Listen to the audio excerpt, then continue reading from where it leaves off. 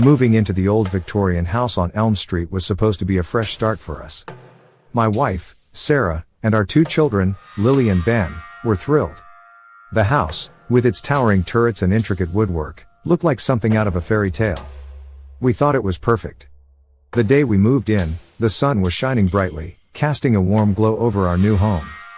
We spent the day unpacking, laughing, and exploring the nooks and crannies of the old house. By evening, we were all exhausted and settled into our respective rooms. It was Lily who found the attic. The door was tucked away behind a bookshelf in her bedroom, a narrow staircase leading up into darkness. "Dad! Come see this!" she called out, her voice echoing through the empty halls. I grabbed a flashlight and climbed the creaky stairs, with Lily close behind me. The attic was dusty, filled with old furniture covered in white sheets. But what caught Lily's attention was a large, ornate dollhouse in the corner. It was an exact replica of our new home, down to the smallest detail. "Look, Dad!" Lily's eyes sparkled with excitement as she opened the front of the dollhouse. The tiny rooms were filled with miniature furniture, and tiny figures resembling our family stood in each room. "That's incredible," I said, marveling at the craftsmanship. "It's just like our house." Sarah and Ben soon joined us, and we all admired the dollhouse.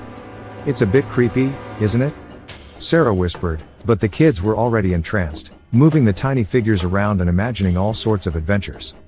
That night, as we settled into bed, a sense of unease crept over me. I dismissed it as exhaustion and soon fell asleep. The next morning, things started to get strange. Lily and Ben woke up earlier than usual, eager to play with the dollhouse. I heard their giggles from the attic, but there was something off about the sound. It was as if the laughter was echoing, bouncing off the walls in a way that made my skin prickle. When I went to check on them, I found Lily moving the tiny version of me down the dollhouse stairs.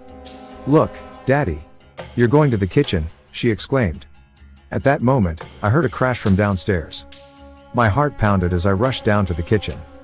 The pots and pans were scattered across the floor, as if someone had knocked them over. But there was no one there. It must have been the wind, I told myself, but deep down, I felt a knot of fear tighten in my stomach. That night, it happened again.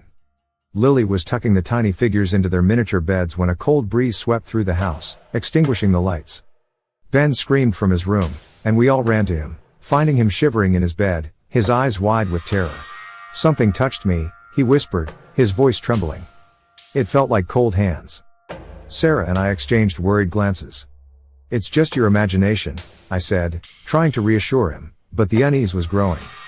The following days were filled with more strange occurrences. Doors creaked open on their own, footsteps echoed in empty hallways, and at night, we could hear faint whispers coming from the attic. One evening, as I was putting Lily and Ben to bed, Lily whispered, "Daddy, the dolls are moving on their own." A chill ran down my spine. "What do you mean, sweetheart?" "They move when we aren't looking," she said, her eyes wide with fear. "They play when we sleep." I laughed it off, trying to hide my own fear. "It's just a game, Lily.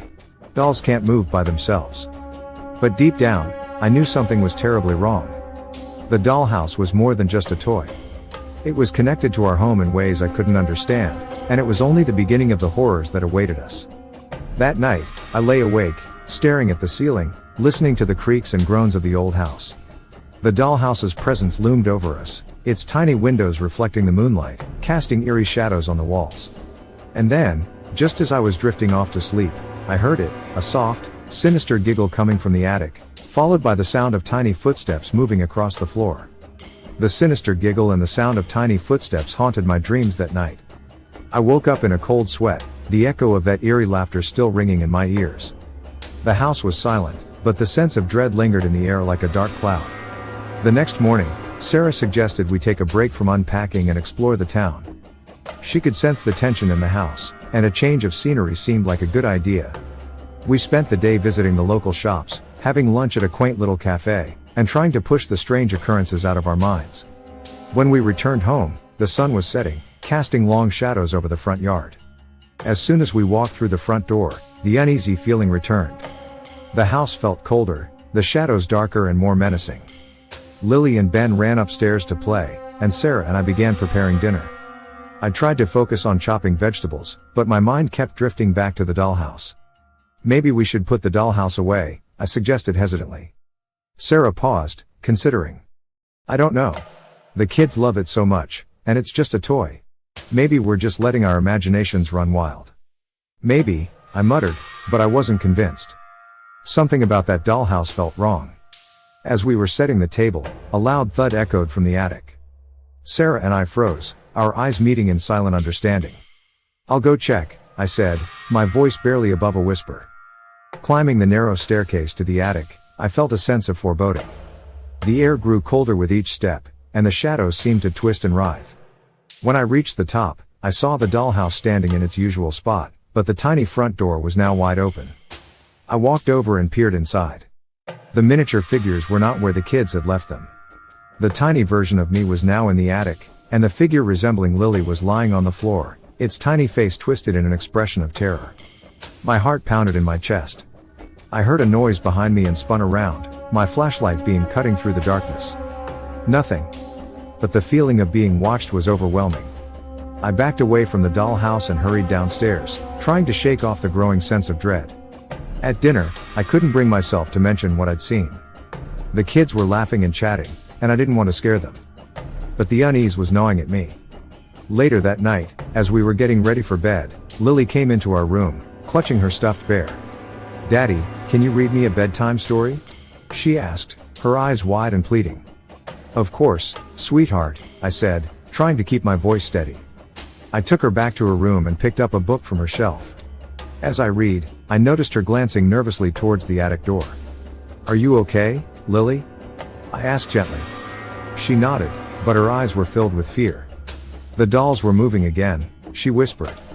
They were playing hide and seek, and I think they want to play with us. A shiver ran down my spine. It's just a story, Lily. Dolls can't move by themselves. But they do, she insisted, her voice trembling. I saw them.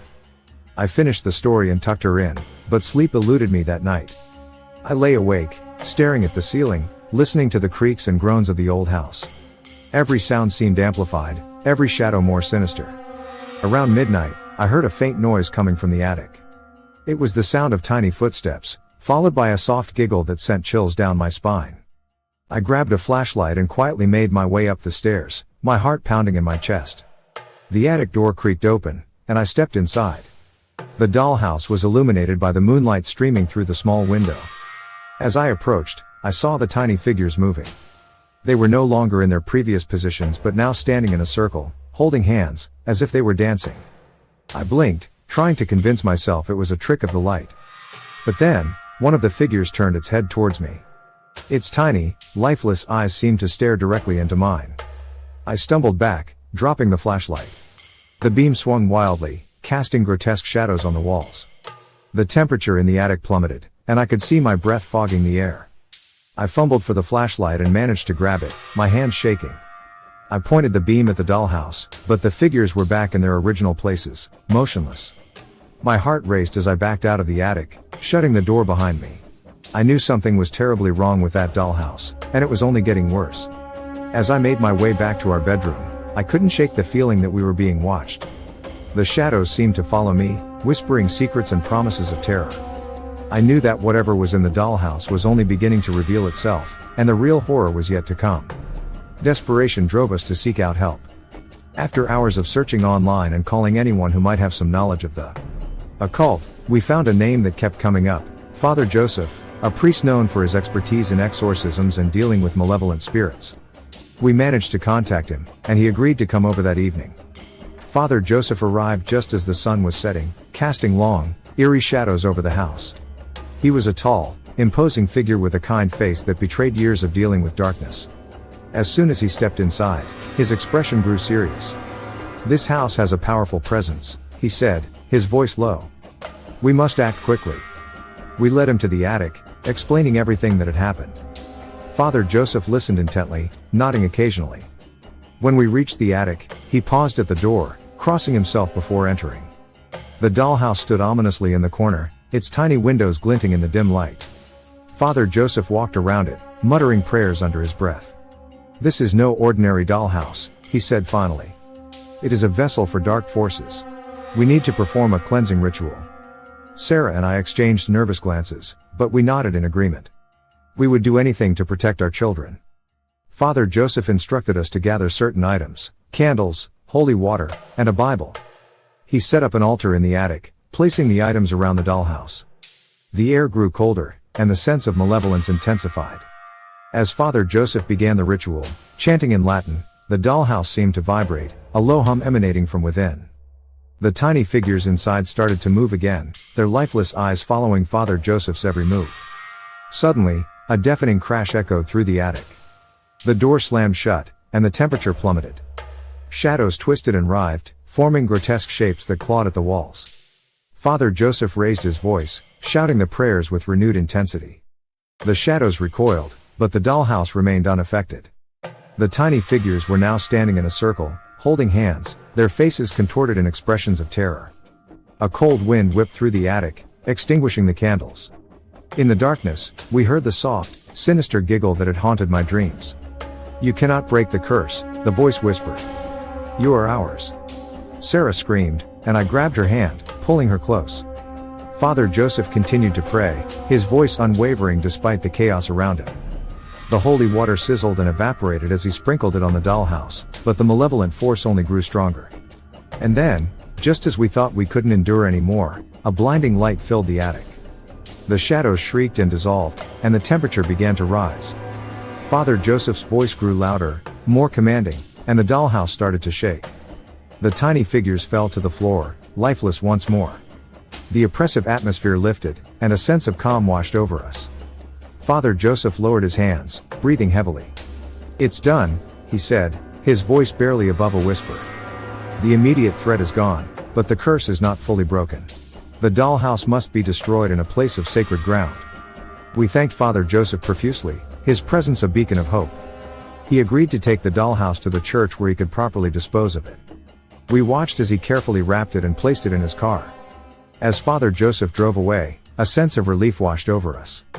The house felt lighter, and the malevolent energy seemed to have dissipated. We tucked Lily and Ben into bed, reassuring them that the danger was gone. But as Sarah and I lay in bed that night, the unease returned. The house was silent, but a nagging feeling gnawed at me. I couldn't shake the image of the tiny figures holding hands, their lifeless eyes filled with terror. Around midnight, I heard a faint noise coming from outside. I slipped out of bed and crept to the window. In the pale moonlight, I saw Father Joseph's car still parked in our driveway. He was standing by the trunk, struggling with something. My heart pounded as I watched him lift the dollhouse out of the car. It was glowing faintly, an eerie light emanating from within. Father Joseph stumbled, and the dollhouse fell to the ground, the front opening up to reveal the tiny figures, now positioned back inside. And then, to my horror, I saw something that made my blood run cold. The figures had changed. They no longer resembled our family. Instead, they looked like Father Joseph, Sarah, Lily, Ben, and me, each frozen in an expression of pure terror. Father Joseph's face twisted in agony as he tried to close the dollhouse, but it was too late. The sinister voice echoed through the night. "You cannot escape. You are ours." As Father Joseph collapsed to the ground, I knew the true horror had just begun. The dollhouse was not just a conduit for dark forces, it was a trap, a prison for souls. And now, it had claimed its latest victims. The chilling realization hit me like a wave. We were not free. The curse was not broken. The dollhouse's malevolent force was still with us, waiting for the right moment to strike. And as I stood there, paralyzed with fear, I knew that we were all still in grave danger.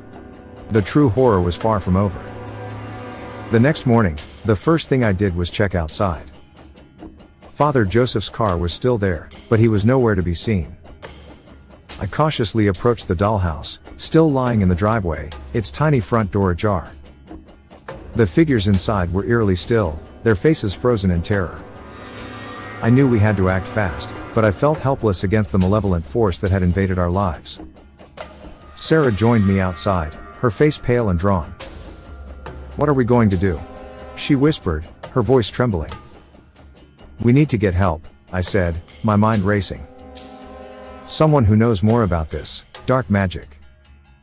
We decided to visit the local historical society, hoping to find more information about Agatha Blackwood and the curse she had placed on the house. The building was old, filled with dusty tomes and artifacts from the town's past.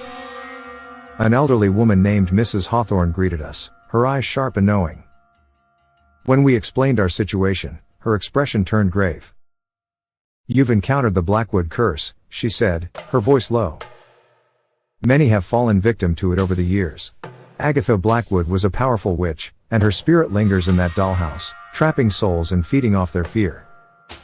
Is there any way to break the curse?" Sarah asked desperately. Mrs. Hawthorne nodded slowly. "There is a way, but it is dangerous. You must perform a ritual at the site of Agatha's grave, deep in the woods. You'll need to take the dollhouse there and recite an incantation to release the trapped souls. But beware, the spirits will not let you go easily." Armed with this knowledge, we returned home and prepared for the ritual. We packed a bag with candles, matches, and the incantation Mrs. Hawthorne had given us. As night fell, we placed the dollhouse in the trunk of our car and drove to the woods, our hearts pounding with fear and determination. The moon was high in the sky by the time we reached the clearing where Agatha Blackwood's grave lay. The air was thick with an unnatural chill, and the trees seemed to close in around us, their branches twisting like skeletal fingers. We set up the candles around the grave, the flickering light casting eerie shadows. With trembling hands, I opened the dollhouse and placed it on the ground. The tiny figures were still inside, their eyes wide with terror. Sarah held the paper with the incantation, her voice steady despite the fear in her eyes. As she began to chant, the wind picked up, howling through the trees. The ground beneath us trembled, and the air grew colder. The tiny figures in the dollhouse began to move, their expressions shifting from terror to anger. They turned to face us, their tiny mouths opening in silent screams. A dark shadow emerged from the dollhouse, swirling and growing until it took the form of a woman, Agatha Blackwood. "You dare to challenge me?" Her voice echoed, filled with fury. "You cannot break my curse. You will join the others, trapped in eternal torment." The wind howled louder, and the candles flickered and died. Agatha advanced on us, her eyes glowing with malevolent power. But Sarah continued to chant, her voice rising above the chaos. I grabbed the dollhouse and held it up, hoping to contain the spirit. Agatha's form wavered, and she let out a piercing scream. The tiny figures inside the dollhouse began to glow, their faces softening. With a final, desperate effort, Sarah shouted the last words of the incantation. The wind stopped abruptly, and a blinding light filled the clearing. Agatha's form shattered, and the tiny figures in the dollhouse vanished. The light faded, and we were left standing in the eerie silence. The dollhouse was empty, the malevolent force gone. We had done it.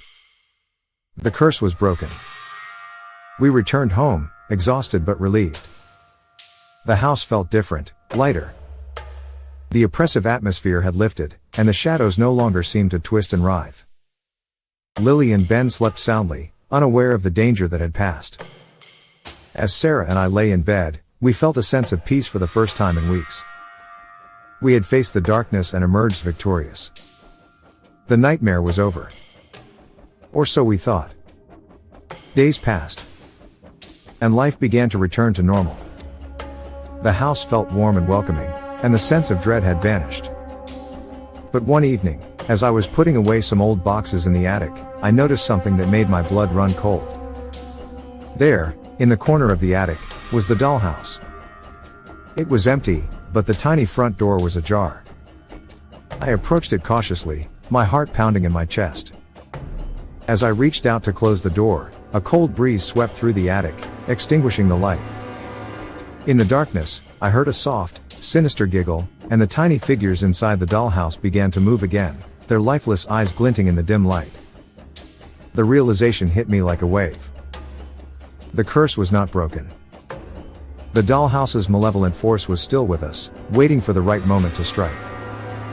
And as I stood there, paralyzed with fear, I knew that we were all still in grave danger. The true horror was far from over.